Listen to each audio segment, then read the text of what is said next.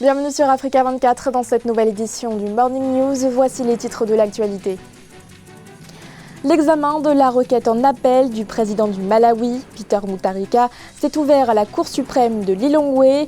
Une audience marquée par les revendications de la défense qui conteste la décision de la Cour constitutionnelle.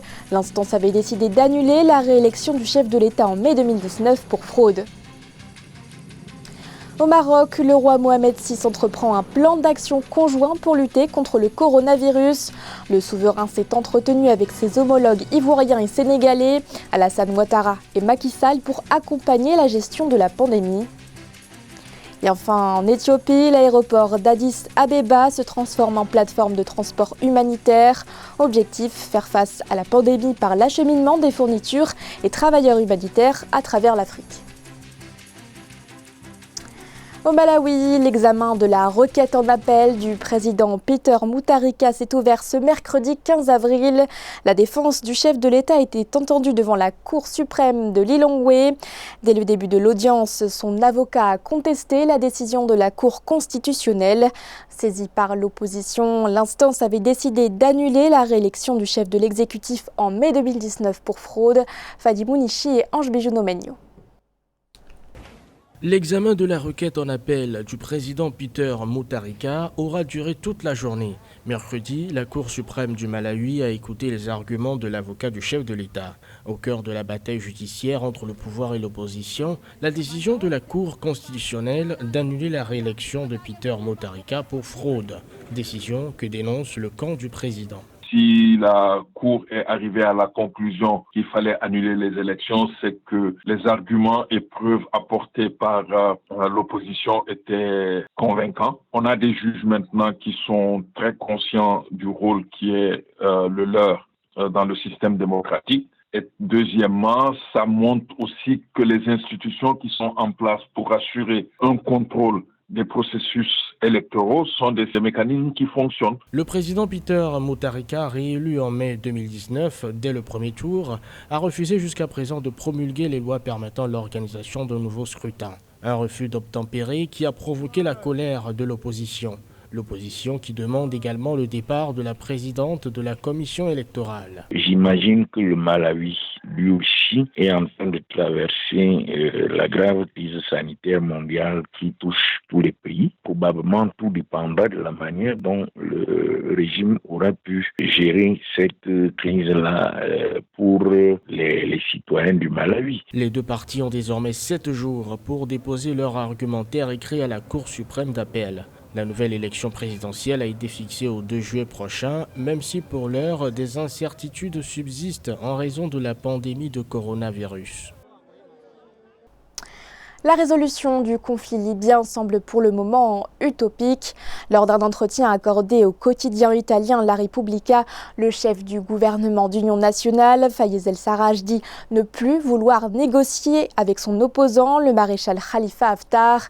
Et pour cause, les multiples, je cite, désastres et crimes commis à l'encontre de tous les Libyens. Lancée en avril 2019, l'offensive contre Tripoli a fait des centaines de morts et plus de 200 000 déplacés. Jusqu'à présent, toutes les tentatives de médiation ont échoué.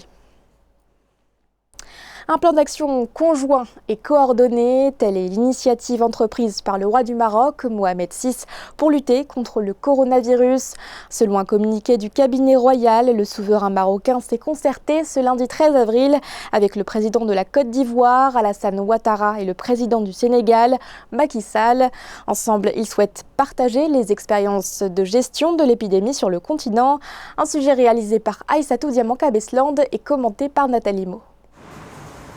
Une riposte efficace et conjointe, c'est l'initiative ambitieuse de pays africains qui souhaitent une lutte coordonnée contre le Covid-19. Le roi du Maroc, Mohamed VI, s'est entretenu lundi 13 avril avec ses homologues ivoiriens Alassane Dramane Ouattara et sénégalais Macky Sall. Les chefs d'État se sont penchés sur une solution commune à la crise sanitaire.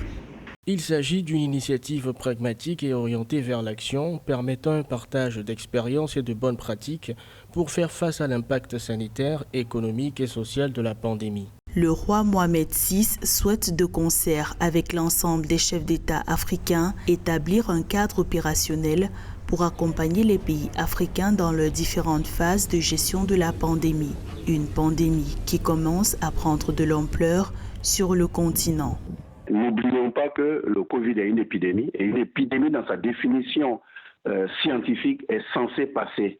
Et donc, c'est aussi une opportunité stratégique, géostratégique, pour que certains leaders s'en saisissent comme opportunité pour pouvoir penser le lendemain et essayer de régler les problèmes, vider les contentieux politiques qui sont dans leur pays et dans leur région. À noter que la propagation de la pandémie s'accélère sur le continent. Plus de 15 300 cas ont déjà été confirmés, dont près de 800 décès et 2 946 personnes déclarées guéries à ce jour. Au Cameroun, le président Paul Biya annonce la libération de prisonniers sans pour autant préciser leur nombre. Une mesure destinée à protéger les détenus très souvent exposés à des risques de contamination au coronavirus dans les établissements pénitentiaires. Dans son décret, le chef de l'État camerounais précise que les prisonniers seront soumis à des critères d'éligibilité pour bénéficier de ces remises de peine.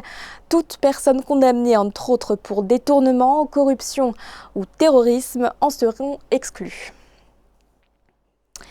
1 milliard de dollars, c'est la somme que va octroyer le FMI au Ghana pour faire face à la pandémie de Covid-19.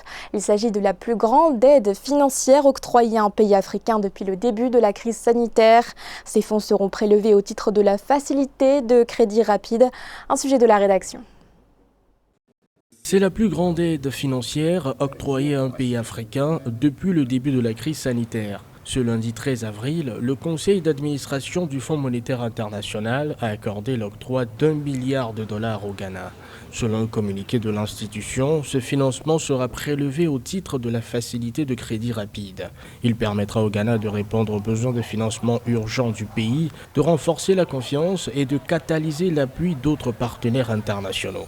Face à cette pandémie, le mécanisme déclenché par la FMI permet à certains pays, beaucoup de pays, de bénéficier des DTS, ce sont les droits d'intérêt spéciaux. Mais on peut dire que ce n'est pas un privilège, c'est un droit. Au Ghana, la croissance économique s'était établie respectivement à 6,3% et 6,1% en 2018 et 2019. Mais selon les prévisions du Fonds monétaire international, elle devrait chuter brutalement à 1,5% en 2020. Dans des cas de crise exceptionnelle, le FMI déclenche ce mécanisme d'assistance rapide. Donc, ce n'est pas en contradiction avec sa vision. Je crois que c'est tout à fait normal.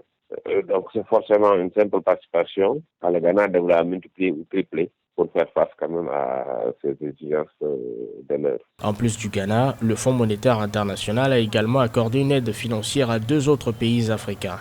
745 millions de dollars ont été octroyés à la Tunisie et 442 millions de dollars au Sénégal. L'Éthiopie et les Nations Unies ont inauguré ce mardi 14 avril le premier vol de solidarité de l'ONU. L'aéroport Addis Abeba devient ainsi une plateforme de transport humanitaire. L'aéroport est mobilisé pour acheminer des fournitures et des travailleurs à travers l'Afrique. Objectif, aider les populations à lutter contre le coronavirus. Nelly Claude Bessa. L'Éthiopie ouvre une plaque tournante du transport d'aide pour lutter contre le Covid-19. L'aéroport d'Addis Abeba a été affrété pour acheminer les fournitures et les travailleurs humanitaires à travers le continent africain, mobilisé pour lutter contre cette pandémie. De concert avec les Nations Unies, les services de fret fournis par Ethiopian Airlines desserviront dès la semaine prochaine une première livraison de 3000 mètres cubes d'équipements de protection individuelle pour les agents de santé. Il s'agit d'une plateforme vraiment importante dans la réponse au Covid-19 car elle nous permet de nous déplacer avec rapidité et efficacité pour répondre aux besoins au fur et à mesure de leur déroulement. La compagnie aérienne Ethiopian Airlines s'est engagée à jouer un rôle majeur dans la lutte de l'Afrique contre le Covid-19 en permettant à ses services de fret, de maintenance et d'affrètement de s'investir dans la plaque tournante du transport humanitaire jusqu'à la fin du mois de mai 2020. Cette possibilité d'utiliser les avions cargo et d'utiliser les capacités de fret de la compagnie pour servir les États africains est une bonne opportunité, mais le transport du fret circonstanciel ne saurait couvrir les pertes du transport passager, actuellement évalué à presque un demi-milliard de dollars. Dans la situation du transport des effets humanitaires pour toute l'Afrique, Ethiopian Airlines met son expertise en matière de hub, en matière de logistique pour aider à la bonne cause humanitaire. La passerelle d'Addis Abeba est l'un des 8 centres humanitaires mondiaux mis en place pour faciliter le mouvement de l'aide pour lutter contre le Covid-19. Au 14 avril 2020, le continent présentait 15 249 cas de Covid-19, entraînant 816 décès selon les centres africains de contrôle et de prévention des maladies. Face à l'ampleur de la crise sanitaire, plusieurs investisseurs se retrouvent face à un dilemme économique. Quel financement choisir pour l'Afrique? Parmi les solutions de repli qui leur sont proposées, les obligations vertes, des instruments financiers proposés comme des moyens pour développer la transition énergétique. Ibayako et Nelly Claude Bessard. Dans ce contexte de crise liée au coronavirus, plusieurs investisseurs en Afrique se positionnent sur les obligations vertes comme solution de repli face aux économies à l'arrêt. La banque UBS et NN Investment Partners, plus grands détenteurs de ces obligations, ont annoncé que les émissions d'obligations vertes continuent d'augmenter au même rythme en Afrique qu'avant la crise sanitaire mondiale. En Afrique, les indices Green Bonds n'incluent pas par exemple des entreprises du secteur aérien. Les entreprises émettant des obligations vertes sont en général mieux préparées pour faire face à ce type de crise, car elles ont une vision à plus long terme et se positionnent sur des technologies plus utiles à long terme. Ce type d'instrument financier est un moyen stable pour faire face à la crise actuelle et rendre les économies plus résilientes. Plusieurs pays d'Europe, comme l'Allemagne, ont investi dans les obligations vertes détenues en Afrique au second semestre 2020. La croissance que l'on observe aujourd'hui dans le secteur des green bonds suit une tendance qui est une tendance qui va s'accentuer parce que on vient de découvrir ce véhicule de financement, on est en train de l'expérimenter et beaucoup se rendent compte que dans la conjoncture actuelle, il s'agit d'un véhicule de financement qui est approprié. Il s'agit de créer un écosystème. Cet écosystème a un fort potentiel de rendement et lorsque la plupart des acteurs vont vraiment être engagés dans l'utilisation de cet instrument, on va se rendre compte de son plein potentiel. La stabilisation du marché d'obligations vertes devrait permettre de mobiliser 350 milliards de dollars contre 257,5 milliards de dollars en 2019, selon la Climate Bond Initiative. Ce journal a été réalisé par l'ensemble de la rédaction. Merci de votre fidélité. L'actualité continue sur Africa 24.